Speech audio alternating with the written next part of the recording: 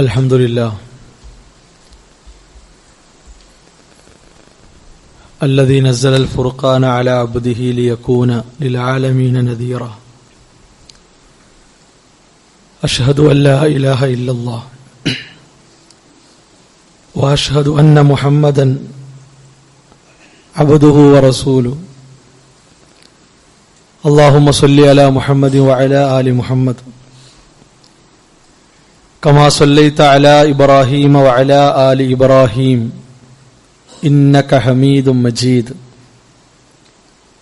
اللهم بارك على محمد وعلى آل محمد كما باركت على إبراهيم وعلى آل إبراهيم إنك حميد مجيد يا أيها الذين آمنوا اتقوا الله حق تقاته ولا تموتن إلا وأنتم مسلمون يا أيها الناس اتقوا ربكم الذي خلقكم من نفس واحدة وخلق منها زوجها وبث منهما رجالا كثيرا ونساء واتقوا الله الذي تساءلون به والأرحام إن الله كان عليكم رقيبا يا أيها الذين آمنوا اتقوا الله وقولوا قولا سديدا يصلح لكم أعمالكم ويغفر لكم ذنوبكم ومن يطع الله ورسوله فقد فاز فوزا عظيما പ്രിയമുള്ള വിശ്വാസികളെ, സഹോദരങ്ങളെ, സഹോദരിമാരെ, അല്ലാഹുവിന്റെ കൽപ്പനകൾ, നിയമ നിർദ്ദേശങ്ങൾ ജീവിതത്തിന്റെ എല്ലാ സന്ദർഭങ്ങളിലും കഴിവിന്റെ പരമാവധി സൂക്ഷിച്ച് പാലിച്ച് ജീവിതത്തെ ക്രമീകരിക്കണം, ചിട്ടപ്പെടുത്തണമെന്ന് ഉണർത്തുകയാണ്, ഉപദേശിക്കുകയാണ്.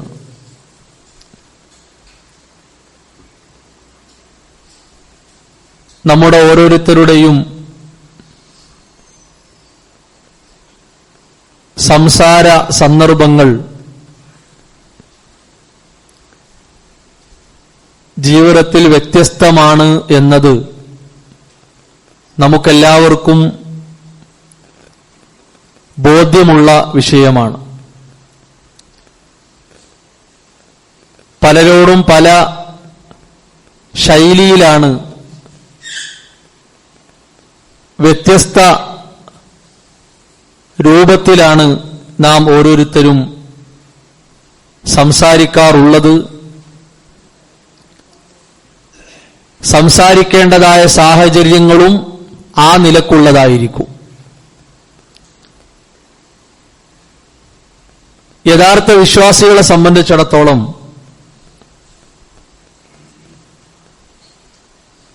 ജീവിതത്തിന്റെ ഓരോ നിമിഷങ്ങളിലും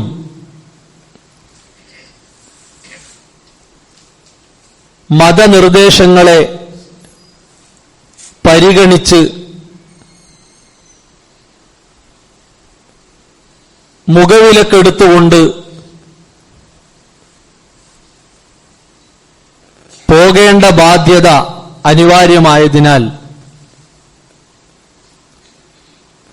ഈ കാര്യത്തിലും, അഥവാ കുടുംബത്തിലും സമൂഹത്തിലും മറ്റു മേഖലകളിലുമൊക്കെ പലരോടും നമുക്ക് സംസാരിക്കേണ്ടി വരുമ്പോൾ, സംവദിക്കേണ്ടി വരുമ്പോൾ, അവരോട് കാര്യങ്ങൾ തുറന്നു പറയേണ്ടതായ സന്ദർഭങ്ങൾ ഉണ്ടാകുമ്പോൾ എങ്ങനെയാണ്, ഏത് രൂപത്തിലാണ് അത്തരം സാഹചര്യങ്ങളെ കൈകാര്യം ചെയ്യേണ്ടത്? വിശുദ്ധ ഇസ്ലാം കൃത്യമായ അധ്യാപനം, ആർക്കും ഉൾക്കൊള്ളാൻ കഴിയുന്ന രൂപത്തിലുള്ള മാർഗനിർദ്ദേശം ആ വിഷയത്തിലും നൽകിയിട്ടുണ്ട് എന്നതാണ് വളരെ ശ്രദ്ധേയമായിട്ടുള്ള കാര്യം. ഒരാളുടെ വ്യക്തിത്വം അയാളുടെ കുടുംബപരമായ കാര്യം, സാമൂഹികമായ അയാളുടെ ബന്ധം, ഇതിലൂടെയെല്ലാം അയാൾ സ്വായത്തമാക്കേണ്ട ഒരു സംസ്കാരം, ഒരു മര്യാദ, ഇത് നിർണയിക്കുന്നതിൽ പ്രധാന ഘടകമാണ് സംസാരം എന്നുള്ളത്. വളരെ വാചാലമായി നിർത്താതെ കേൾവിക്കാർക്ക് അസ്വസ്ഥത ഉണ്ടാക്കുന്ന രൂപത്തിൽ സംസാരിക്കുന്ന ആളുകളുണ്ട്. അതേപോലെ തന്നെ പറയുന്ന കാര്യങ്ങളിൽ വ്യക്തത വരുത്താതെ, പറയുന്ന കാര്യങ്ങളെ പൂർത്തിയാക്കാതെ സംസാരിക്കുന്ന ആളുകളുണ്ട്. അതുപോലെ ശബ്ദമുയർത്തി ഒരാളോടാണെങ്കിലും, വളരെ അടുത്ത് സമീപത്തുള്ള ആളുകളോടാണെങ്കിലും, മക്കളോടാണെങ്കിലും, സഹപ്രവർത്തകരോടാണെങ്കിലുമൊക്കെ ശബ്ദമുയർത്തി ഉച്ചത്തിൽ സംസാരിക്കുന്ന ആളുകളുണ്ട്. എല്ലാവരോടും ഒരേ ശൈലി, ബാപ്പയാണെങ്കിലും ഉമ്മയാണെങ്കിലും ഭാര്യയാണെങ്കിലും ഭാര്യ കുടുംബക്കാരാണെങ്കിലും ഇനി സ്വന്തം കുടുംബത്തിൽപ്പെട്ട ആളുകളാണെങ്കിലും നാട്ടിലുള്ളവരാണെങ്കിലും എല്ലാവരോടും ഒരേ ശൈലിയിൽ സംസാരിച്ചു പോകുന്ന ആളുകളുണ്ട്. ചില ആളുകൾ മൗനികളാണ്, അവരൊന്നും മുണ്ടൂല, പറയേണ്ടതും പറയൂല, പ്രത്യേകിച്ചൊന്നും പറയൂല, മൗനം പാലിച്ചുകൊണ്ട് എല്ലാ കാര്യങ്ങളിലും നിലപാട് മൗനത്തിലൂടെ പറയുന്ന, മിണ്ടാതെ പറയുന്ന ആളുകളും ഉണ്ട്. വിശുദ്ധ ഇസ്ലാം നമ്മളോട് വിലക്കിയ ചില ശൈലികളുണ്ട്. അതൊരിക്കലും നമ്മിൽ ഉണ്ടാകാൻ പാടില്ല. നമുക്കറിയാത്ത ഒരു കാര്യം, ഒട്ടും നമുക്കറിയില്ല, എന്താണ് ആ വിഷയം, തീരെ നമുക്കറിയില്ല, മിണ്ടാൻ പാടില്ല എന്നാണ്. അറിയാത്ത ഒരു കാര്യത്തിൽ ചാടിക്കയറി നീളമുള്ള നാവുകൊണ്ട് തോന്നിയതെല്ലാം വിളിച്ചു പറഞ്ഞ് വാചാലത കൊണ്ട് അറിവുള്ളവരായി ചമയുന്ന ആളുകളുണ്ട്. അത്തരക്കാരിൽ നാം ഉണ്ടാകാൻ പാടില്ല. നമ്മുടെ നാവിന്റെ നീളമല്ല അറിവിന്റെ അടയാളം, അത് മനസ്സിലാക്കണം. രണ്ട് ചുണ്ടുകൾക്കിടയിൽ അള്ളാഹു നാവെന്ന അനുഗ്രഹത്തെ ചിട്ടപ്പെടുത്തിയത് എന്തും വിളിച്ചു പറയാനല്ല. അള്ളാഹിന്റെ വിഷയത്തിലാകട്ടെ, റസൂലുള്ളാഹി സ്വല്ലല്ലാഹു അലൈഹി വസല്ലമയുടെ വിഷയത്തിലാകട്ടെ, ദീനിന്റെ ഏത് കാര്യത്തിലാകട്ടെ, അവന്റെ മനസ്സിൽ തോന്നിയത്, അവന്റെ ചിന്തയിൽ വന്നത് നാവ് കൊണ്ട് വിളിച്ചു പറയാ, അതൊരു മുസ്ലിമിന്റെ അടയാളം തന്നെയല്ല. മുസ്ലിം നാമധാരികളായ പലരും വാർത്താ മാധ്യമങ്ങൾക്ക് മുമ്പിൽ വന്നാൽ അവരാണ് ഏറ്റവും വലിയ പണ്ഡിതന്മാർ. അവർക്കപ്പുറം പിന്നെ ഇസ്ലാമില്ല. ഏതെങ്കിലുമൊക്കെ രാഷ്ട്രീയ പാർട്ടിയിൽ മെമ്പറായിരിക്കാം, അതിന്റെ കൊടി പിടിക്കുന്നവനാകാം, അല്ലെങ്കിൽ അതിനുവേണ്ടി വിയർപ്പെടുക്കുന്നവനാകാം, അതവന്റെ ഇഷ്ടം. പക്ഷെ അവൻ ദീൻ പറയരുത്. അവന് മതം പറയാനുള്ള ധാർമ്മികതയില്ല. എന്തുകൊണ്ട്? മതം പഠിച്ചിട്ടില്ല. പഠിച്ചവന് പറയാ, പഠിക്കാത്ത ഒരാൾ പറയാൻ പാടില്ല. രണ്ടാമത്തെ കാര്യം നോക്കൂ, നമ്മൾ ചെയ്യാത്തത് പറയരുത്. നമ്മൾ ചെയ്യുന്നില്ല, നമ്മളിങ്ങനെ കൽപ്പിക്കുക, അങ്ങനെ ചെയ്യണം, ഇങ്ങനെ ചെയ്യണം, അത് ചെയ്യണം, ഇത് ചെയ്യണം. നമ്മളൊരു കൽപ്പനാ യന്ത്രമായി മാറുക. നമ്മുടെ ജീവിതത്തിൽ അതില്ല. എന്നാലോ ചില കാരണങ്ങൾ കൊണ്ട് നമുക്ക് ചെയ്യാൻ പറ്റാത്ത വിഷയങ്ങളുണ്ടാകും. അത് മതം നമുക്ക് ഇളവ് തന്ന കാരണങ്ങളായിരിക്കാം. ആ കാരണങ്ങൾ ഉണ്ടെന്ന് കരുതി നമ്മൾ ഒരാളോട് പറയാതിരിക്കാൻ പാടില്ല. സക്കാത്ത് കൊടുക്കാൻ കഴിയാത്ത ഒരാൾ, അയാൾക്ക് സാമ്പത്തിക ശേഷിയില്ല, പക്ഷേ സക്കാത്ത് കൊടുക്കേണ്ട രീതിയെപ്പറ്റി, അത് കൊടുക്കേണ്ട കാര്യങ്ങളെപ്പറ്റി അയാൾക്ക് അറിവുണ്ട്.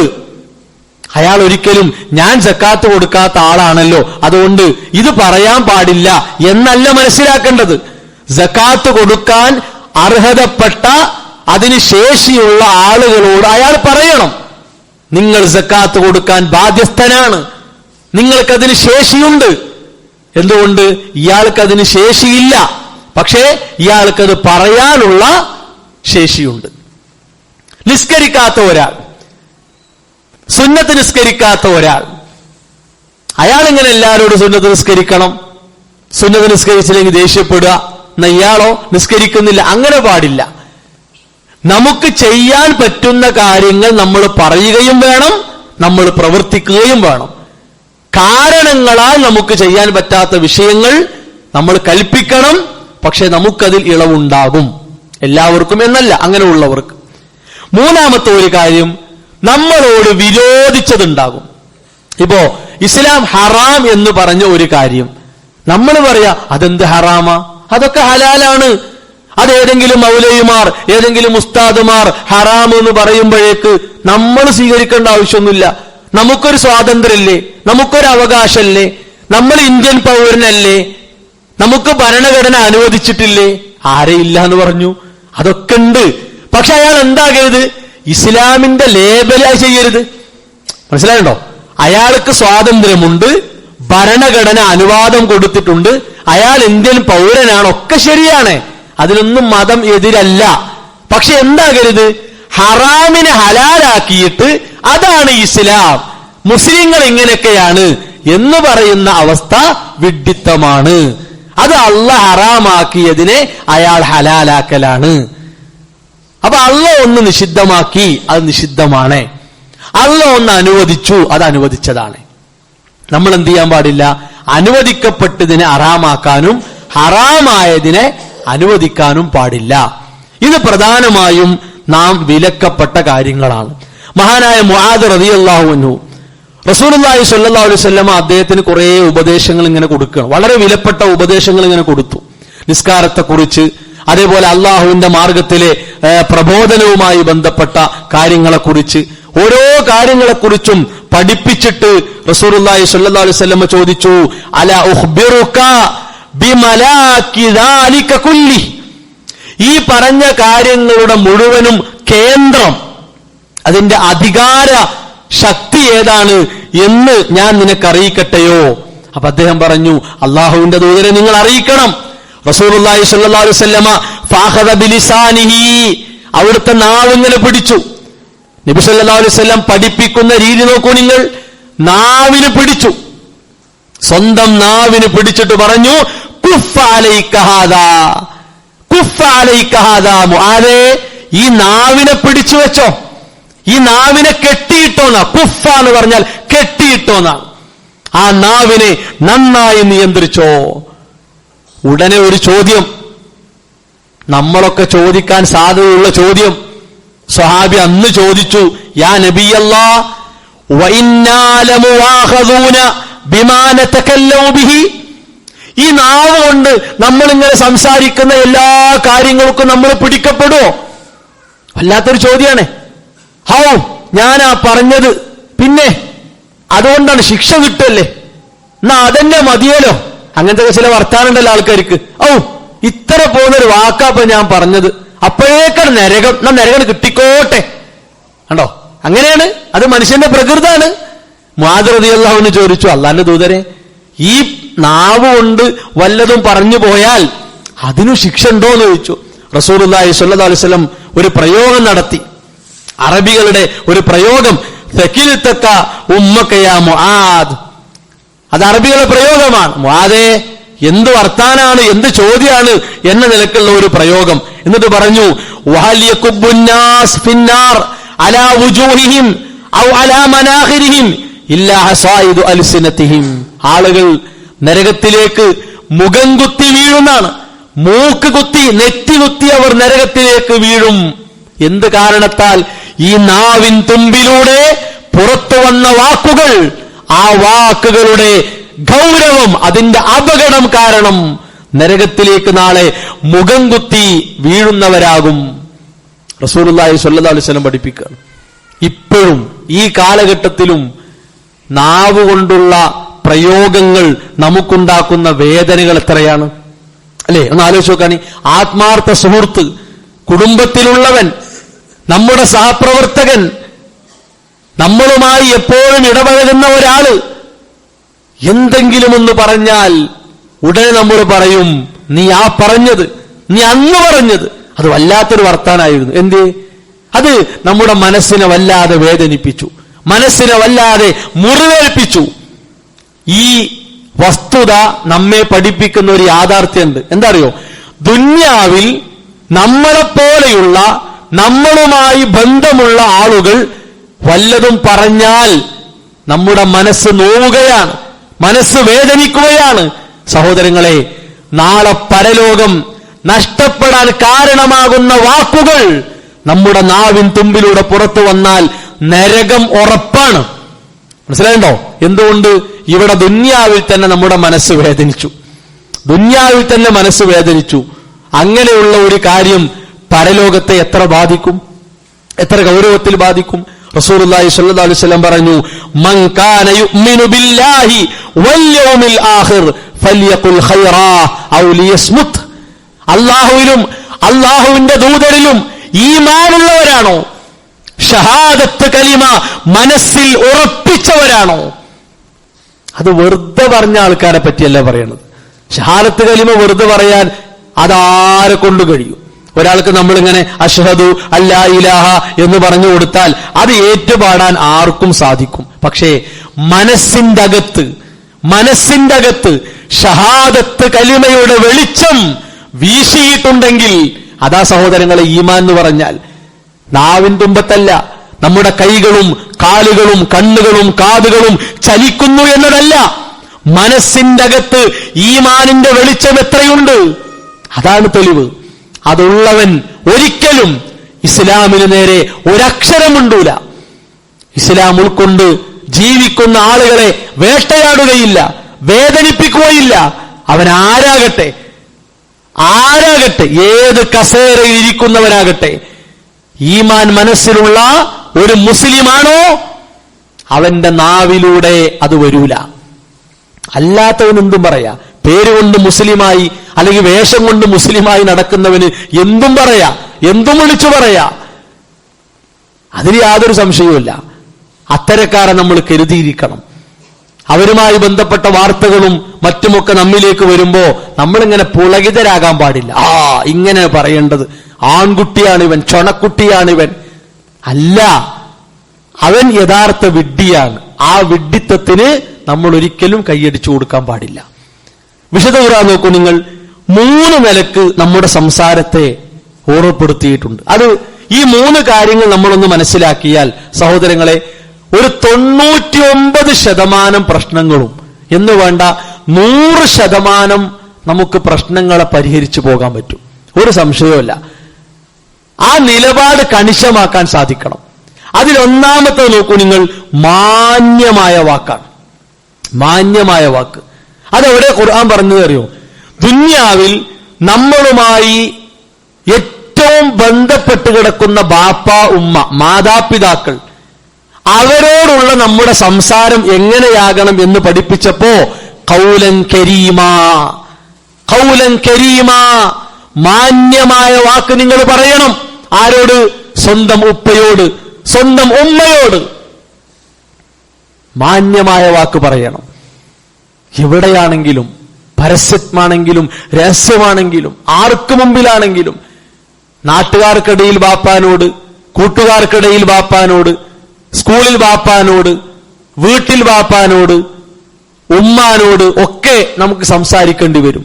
അവിടെയെല്ലാം ഖൗലൻ കരീമാ, അനുകമ്പയുള്ള, മൃദുലമായ, സ്നേഹം തുളുമ്പുന്ന, വാത്സല്യം നിറഞ്ഞു നിൽക്കുന്ന നമ്മുടെ മുഖത്തും വാക്കുകളിലും അതവർക്ക് ആസ്വദിക്കാൻ കഴിയണം.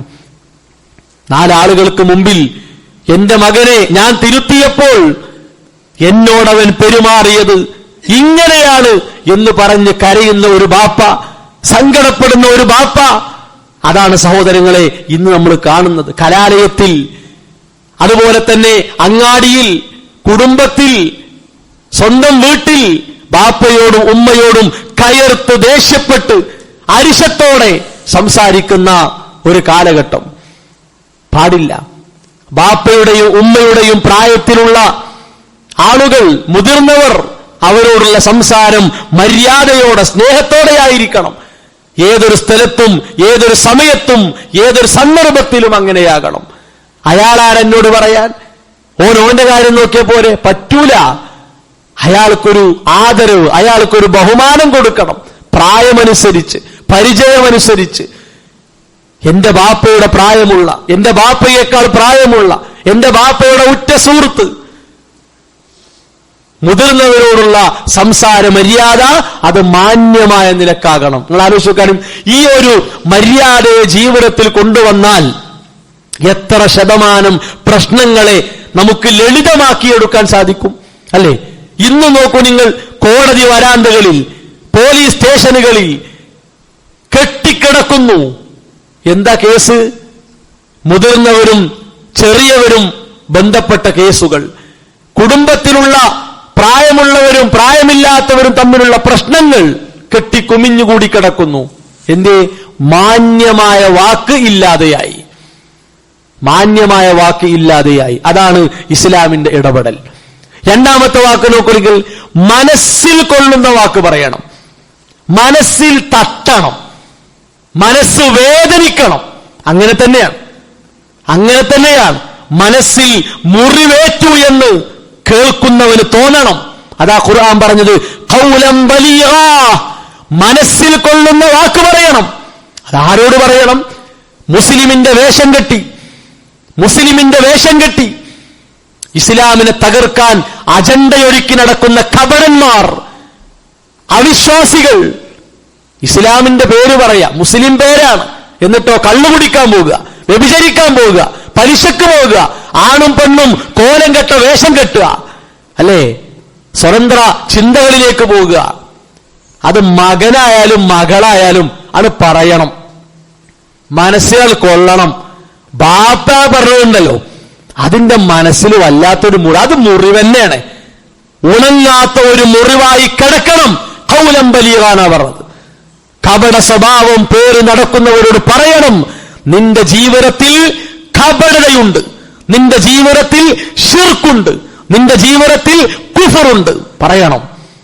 അത് അവനെ നമ്മൾ അകറ്റലോ അവനെ എവിടേക്കെങ്കിലും പറിച്ചെറിയലോ അല്ല, അവനിൽ പേടിണ്ടാകണം. എടാ, ഈ ഹറാമായ പലിശ പറ്റൂലടാ, അത് പറ്റൂല, അത് ഈ ബാപ്പാക്ക് വേണ്ടട്ടോ പറയണം.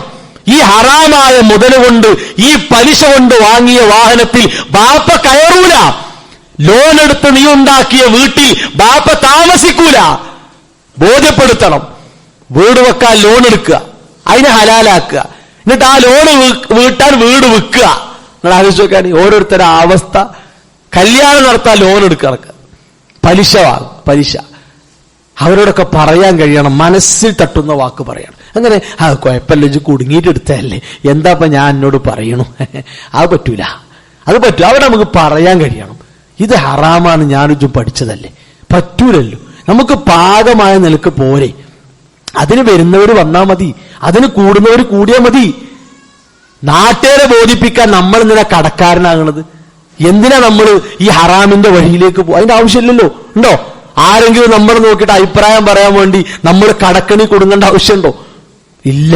അതാണ് ഖൗലൻ ബലീഗ. ഏതൊരു തെറ്റിനോടും നമുക്ക് അതിശക്തമായ മൂർച്ചയേറിയ അതൊരു കൊള്ളണം മനസ്സിൽ. ഞാൻ ഈ പണി ചെയ്തത് കൊണ്ട് എന്റെ ഒരു ഉറ്റ സുഹൃത്തിനെ വിട്ടുപോയല്ലോ, ഓന്റെ അടുപ്പെനിക്ക് ഇല്ലാതായല്ലോ, ഇന്ന കുടുംബത്തിലേക്ക് കടത്തുന്നില്ലല്ലോ, ഇങ്ങനെ തോന്നണം. ഖൗലൻ ബലീഗ ഖുർആൻ പറഞ്ഞ കാര്യമാണ്. മൂന്നാമത്തെ വാക്ക് നോക്കൂ നിങ്ങൾ, വഖൂലു ഖൗലൻ സദീദ, ശരിയായ വാക്ക് പറയാം. ശരി, ഒരു മുസ്ലിമാണോ ഒരു വിശ്വാസിയാണോ സഹോദരങ്ങളെ, നമുക്ക് ഉറച്ചൊരു നിലപാടുണ്ടാകണം. നമ്മളിങ്ങനെ ആടി ഒലഞ്ഞ്, അല്ലെ, ഒരു ഉണക്കച്ചുള്ളി പോലെ നമ്മൾ ആകാൻ പാടില്ല. ഉണങ്ങി വറ്റി വരേണ്ട ഒരവസ്ഥയിൽ നമ്മൾ ഉണ്ടാകരുത്. നമുക്ക് കൃത്യമായൊരു നിലപാട് പറയാൻ സാധിക്കണം. എന്താണ് ഈ വിഷയത്തിലെ മതവിധി? അത് ഇതാണ്. അത് ആർക്ക് മുമ്പിലും പ്രകടിപ്പിക്കാൻ കഴിയണം. എന്താ ഈ പേടി? എന്താ? നമ്മളിങ്ങനെ കല്യാണത്തിന് പോകുമ്പോ ഒരു വേഷം, പള്ളിയിലേക്ക് പോകുമ്പോ വേറെ വേഷം, സ്കൂളിലേക്ക് പോകുമ്പോ വേറെ വേഷം, ഇങ്ങനെ ജീവിതത്തിൽ 10 സന്ദർഭങ്ങൾ ഒരു ദിവസമുണ്ടെങ്കിൽ 10 സ്വഭാവങ്ങൾ എന്നല്ല. ഇസ്ലാം പഠിപ്പിച്ചു 10 സന്ദർഭങ്ങളിലും നിനക്കൊരു സ്വഭാവമേ പറ്റുള്ളൂ. അത് മരണ വീട്ടിലും കല്യാണ വീട്ടിലും അങ്ങാടിയിലും അടുക്കളയിലും എവിടെയും സ്വഭാവം ഒന്നാണ്, സാഹചര്യങ്ങൾ വേറെയാണ്. സാഹചര്യങ്ങൾക്കനുസരിച്ച് സ്വഭാവങ്ങളെ മാറ്റി നടക്കാൻ നമ്മൾ വർണ്ണക്കടലാസൊന്നും അല്ലല്ലോ, ആണോ? അങ്ങനെ മിന്നിത്തിളങ്ങാൻ അല്ല. നമുക്ക് സാഹചര്യങ്ങൾ പലതാണ്. നമ്മൾ ഒറ്റക്കാകും, ഒരുമിച്ചാകും, എങ്ങനെയാകാം. പക്ഷെ സ്വഭാവം ഒന്നായിരിക്കണം. ആ സ്വഭാവം ഏതാണ്? അത് ഇസ്ലാം നമ്മളെ പഠിപ്പിച്ച വളരെ തങ്കപ്പെട്ട, വളരെ തിളക്കമുള്ള ഒരു സ്വഭാവം. അത് ഒരിക്കലും കളഞ്ഞു കുടിക്കാൻ പാടില്ല. അത് ആർക്കു മുമ്പിലും നമ്മൾ അടിയറവ് വെക്കാൻ, പണയ വസ്തുവാക്കി വെക്കാൻ പാടില്ല. അത് എവിടെയും വഖൂലു ഖൗലൻ സദീദ. ഏത് പ്രയാസഘട്ടത്തിലും, ഏത് പരീക്ഷണ ഘട്ടത്തിലും നമുക്ക് മാന്യമായ ശരിയായ ആ നിലപാട്, ആ വാക്ക് പറയാൻ സാധിക്കും. അത് പറഞ്ഞാൽ പ്രശ്നം തീർന്നു. ആളുകൾ എന്തേ പറയുള്ളൂ? അവന്റെ നിലപാട് അവൻ പറഞ്ഞു കഴിഞ്ഞു, ഇനി നമ്മൾ എന്തിനായാലും ഇടപെടുന്നു, കഴിഞ്ഞു. നിങ്ങൾ ആലോചിക്കാണ്, ഈ 3 തരത്തിലുള്ള സംസാരങ്ങൾ, ആ ശൈലികൾ നമ്മുടെ ജീവിതത്തിൽ വന്നാൽ കുടുംബരംഗത്തെ പ്രശ്നം പരിഹരിക്കപ്പെടും. ഭാര്യ ഭർത്താക്കന്മാർ തമ്മിൽ, മാതാപിതാക്കൾ മക്കളും തമ്മിലുള്ള പ്രശ്നങ്ങൾ ഒക്കെ പരിഹരിക്കപ്പെടുകയാണ്. രണ്ടാമത്തതോ സാമൂഹികമായ പ്രശ്നങ്ങൾ, അയൽവാസികൾ തമ്മിൽ, അതേപോലെ തന്നെ നാട്ടിലുള്ളവർ തമ്മിൽ, ഏത് രാഷ്ട്രീയ മേഖല, വിദ്യാഭ്യാസ മേഖല, സാംസ്കാരിക മേഖല, ഏതൊക്കെ മേഖലയിൽ ആളുകളുണ്ടോ അവരോടൊക്കെ സംസാരിക്കേണ്ട ശൈലി. മൂന്നാമത്തത് മതപരമായ ഒരു നിലപാട്. മതപരമായ കുറെ ആളുകൾ സമൂഹത്തിലുണ്ട്, പക്ഷേ നിലപാട് ഒന്നേ ആകണം. എല്ലാറ്റിലും കയറി ഇറങ്ങി നമ്മൾ പോയാലോ അതുകൊണ്ട് കാര്യമില്ല. അതാണ് വഖൂലു ഖൗലൻ സദീദ. മാന്യമായ വാക്കാണ്, ശരിയായ വാക്കാണ് നമ്മൾ പറയേണ്ടത്. അത് വിശുദ്ധ ഖുർആൻ നമ്മളെ പഠിപ്പിച്ചത്. അപ്പൊ മതരംഗത്തും സാമൂഹിക രംഗത്തും കുടുംബരംഗത്തും നമ്മുടെ സംസാര ശൈലി ഏത് രൂപത്തിലാകണം എന്ന് വിശുദ്ധ ഇസ്ലാം വരച്ച് നമ്മളെ പഠിപ്പിച്ചിട്ടുണ്ട്. അത് കൃത്യമായി നമ്മൾ ഉൾക്കൊണ്ടാൽ സഹോദരങ്ങളെ, നാളെ നരകത്തിലേക്കുള്ള പോക്ക് തടയാനും ഇത്തരം നിലപാടുകളിലൂടെ സ്വർഗപ്രവേശനം സാധ്യമാക്കി തീർക്കാനും നമുക്ക് സാധിക്കും. അള്ളാഹു അതിനുള്ള സൗഭാഗ്യം പ്രദാനം ചെയ്യുമാറാകട്ടെ.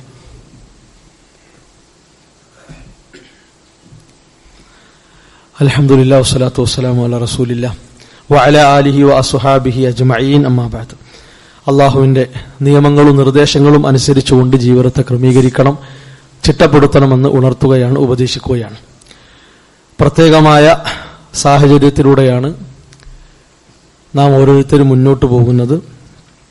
നമ്മുടെ പൗരത്വം നിർണയിക്കപ്പെടുന്ന അല്ലെങ്കിൽ തീരുമാനിക്കപ്പെടുന്ന തരത്തിലുള്ള ഇടപെടലുകൾ മനുഷ്യവർഗത്തിന്റെ ശത്രുക്കളാൽ ഉണ്ടായി വന്ന ഒരു സാഹചര്യമാണ്. ഫാഷിസം അത് പ്രത്യേക രൂപത്തിലാണ് ഓരോ സമയങ്ങളിലും ഓരോ സന്ദർഭങ്ങളിലും ഇടപെടുക. ഇപ്പൊ നമ്മളൊക്കെ നിർബന്ധമായും പൂരിപ്പിച്ചു കൊടുക്കേണ്ട ഒരു ഫോം, അത് സാമൂഹിക ഉത്തരവാദിത്തമുള്ള ആളുകൾ നമ്മുടെ വീടുകളിൽ എത്തിച്ചിട്ടുണ്ടാകും. പല വീട്ടിലേക്കും വരുന്നേ ഉണ്ടാകുള്ളൂ. പല നിലക്കുള്ള ബേജാറും നമ്മുടെ മനസ്സിലുണ്ട്. ഏറ്റവും പ്രധാനം പ്രാർത്ഥനയാണ്.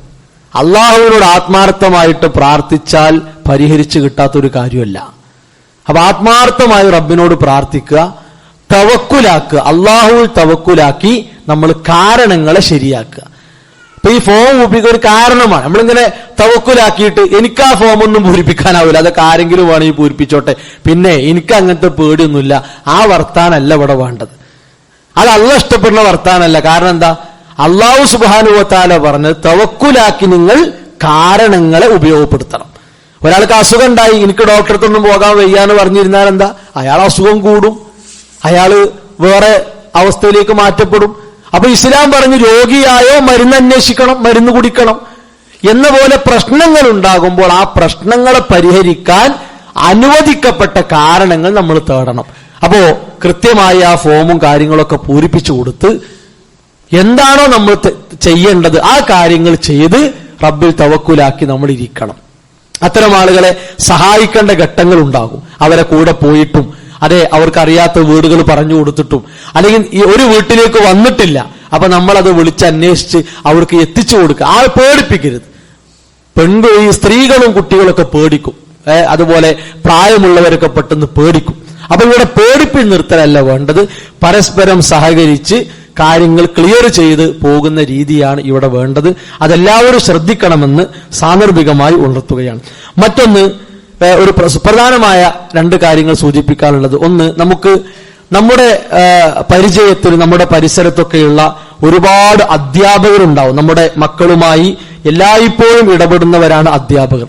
ഈ അധ്യാപകരെ സംബന്ധിച്ചിടത്തോളം അവരനുഭവിക്കുന്ന പ്രശ്നങ്ങൾ നമ്മൾ അറിയാത്തതാണ്.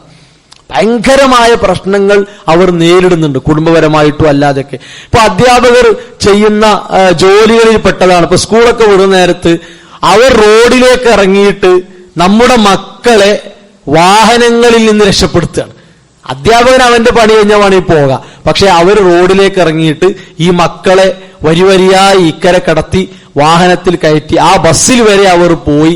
ഇങ്ങനെയൊക്കെ അധ്യാപകർ നമ്മുടെ മക്കളെ കാര്യത്തിൽ ഇടപെടുകയാണ്. അപ്പൊ അവർക്ക് കുടുംബസമേതം കൂടിയിരുന്ന് ദീനിയായ കാര്യങ്ങളും മറ്റുമൊക്കെ കേൾക്കാനും പഠിക്കാനുമുള്ള അവസരങ്ങൾ പലപ്പോഴും ഉണ്ടാകാറുണ്ട്. ഇൻഷാ അല്ലാഹ് ഈ വരുന്ന ഞായറാഴ്ച പട്ടാമ്പി ആമയൂരിൽ വെച്ച് ഒരു പകൽ നീണ്ടു നിൽക്കുന്ന വലിയ ഒരു വൈജ്ഞാനിക സംരംഭം അവർക്ക് വേണ്ടി ഒരുക്കിയിട്ടുണ്ട്. നമ്മുടെ മക്കളോ അല്ലെങ്കിൽ മരുമക്കളോ പേരക്കുട്ടികളോ പരിചയത്തിലുള്ളവരൊക്കെ ഉണ്ടെങ്കിൽ ഈ ഞായറാഴ്ച രാവിലെ അവരവിടെ എത്തിക്കാനുള്ള ഒരു ശ്രമം ഉണ്ടാകണം. അതുപോലെ ഇന്ന് പാണ്ടിക്കാട് വെച്ച് പീസ് റേഡിയോ എന്ന് പറയുന്ന നമ്മുടെ സംവിധാനത്തിന്റെ പുതിയ കോഴ്സുകൾ പരിചയപ്പെടുത്തിയിട്ടുള്ള ഒരു സംരംഭം ഇന്നവിടെ നടക്കുന്നുണ്ട്. പാണ്ടിക്കാട് വെച്ചാണ്. അത് ഓൺലൈനിൽ ഉണ്ടാകും. അവിടെ എത്തിച്ചേരാൻ പറ്റുന്നവർ ആ നിലക്കും പങ്കാളികളാകണം എന്ന് പ്രത്യേകം ഉണർത്തുകയാണ്. എല്ലാ നിലക്കും സാമൂഹികമായും വ്യക്തിപരമായും ഒക്കെ നമുക്ക് നന്മകളിൽ പങ്കാളികളാകാനുള്ള പല അവസരങ്ങളും നമ്മുടെ മുമ്പിലുണ്ട്. അതെല്ലാം പരമാവധി ഉപയോഗപ്പെടുത്തണമെന്ന് പ്രത്യേകം ഉണർത്തുന്നു. അല്ലാഹു സുബ്ഹാനഹു വ തആല നമുക്കെല്ലാവർക്കും അതിനുള്ള സൗഭാഗ്യം പ്രദാനം ചെയ്യുമാറാകട്ടെ. നമ്മുടെ ജീവിതത്തിൽ വന്ന ചെറുതും വലുതുമായ അബദ്ധങ്ങൾ അള്ളാഹു വിട്ടുപുറത്ത് മാപ്പാക്കി തരുമാറാകട്ടെ. ലാ ഇലാഹ ഇല്ലല്ലാഹ് മുഹമ്മദ് റസൂലുള്ളാഹ് മരണം വരെ മുറുകെ പിടിച്ചുകൊണ്ട് ജീവിക്കാനുള്ള സൗഭാഗ്യം അള്ളാഹു പ്രദാനം ചെയ്യുമാറാകട്ടെ. ശാരീരികമായും മാനസികമായും സാമ്പത്തികമായും മതപരമായും കുടുംബപരമായും പ്രയാസപ്പെടുന്ന ഒരുപാട് ആളുകൾ സമൂഹത്തിലുണ്ട്. അവരുടെ പ്രയാസങ്ങൾ ബുദ്ധിമുട്ടുകൾ അള്ളാഹു ദൂരീകരിച്ചു കൊടുക്കുമാറാവട്ടെ. നമ്മിൽ നിന്ന് മരണപ്പെട്ട മാതാപിതാക്കൾ, മക്കൾ, വിശ്വാസികൾ, പണ്ഡിതന്മാർ, പ്രബോധകർ അവർക്ക് അള്ളാഹു മഗ്ഫിറത്തും റഹ്മത്തും പ്രദാനം ചെയ്യുമാറാകട്ടെ.